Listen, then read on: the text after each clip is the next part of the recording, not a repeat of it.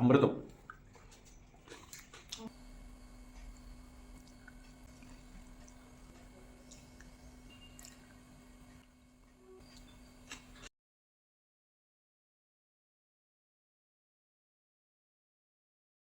Recipe ఏంటో చెప్పకుండా అలా తింటూ మాకు నోరు ఊరిస్తే ఎలాగా అని తిట్టుకుంటున్నారు కదా, అదేం లేదండి. మూలను కూర్చున్న ముసలమ్మ నుంచి పళ్ళు రాని పాపాయతో పాటు తినిపించవచ్చు ఈ రెసిపీని. చాలా చాలా టేస్టీగా ఉంటది. మా ఆయన ముందే చెప్పేస్తున్నారు కదా అమృతం అనేసి.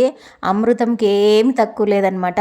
నైట్ వేడి వేడి అన్నంలోకి కొంతమంది వేస్తారు, పెరుగుని చాలా వేస్తారు. వేయాల్సిన అవసరం లేదు. మనకి తోడు ఎంత పెడతామో పాలలోకి పాలే ఎక్కువ పోయాలన్నమాట. ఆ పాలే పెరుగుగా మారిపోతాయి కదా తోడు పెట్టినప్పుడు.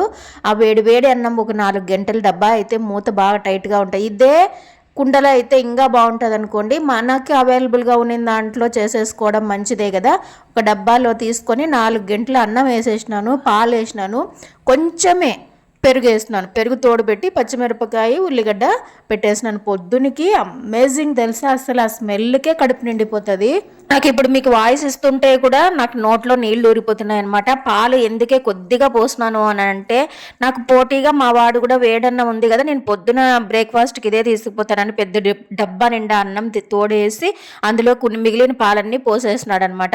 ఒరే వీడియో కోసమన్నా ఉంచరా అంటే లేదు, ఉంచలేదనమాట. వాడు వేసుకొని వాడు ఆనియన్ పచ్చిమిరపకాయ నానబెట్టేసుకొని మార్నింగ్ తీసుకెళ్ళిపోయినాడు అనమాట స్కూల్కి. ఏదైనా అంతే అండి, మనం చెప్తే చేయరు, మనం చేసేది చూస్తూ నేర్చుకుంటారు మన పిల్లలు అనడానికి ఇది కూడా ఒక నిదర్శనం అనిపించింది నాకైతే.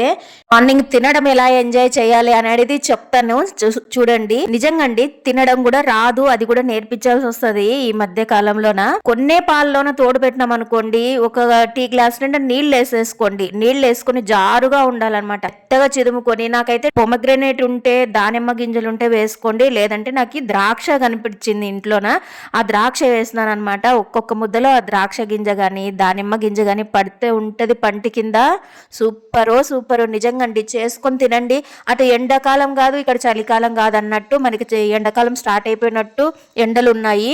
మార్నింగే ఇది తిన్నామనుకోండి, మధ్యాహ్నం భోజనానికి ఏ తొందర ఉండదు. అందుకే అన్నారండి పెద్దల మాట, చద్దన్నం మూట అని ఊరికే అనలేదు. 4 గరిటెల అన్నమైనా 2 మనుషులు తినేయచ్చు అనమాట. ఎక్కువ ఒదుగుతుంది అనమాట. ఇది తోడుకుంటది కాబట్టి, మళ్ళీ వాటర్ వేస్తాం కాబట్టి మా ఆయన నేను ఇద్దరు షేర్ చేసుకొని తిన్నాము. ఈ వీడియో ఎలాగుందో కామెంట్ సెక్షన్ లో కామెంట్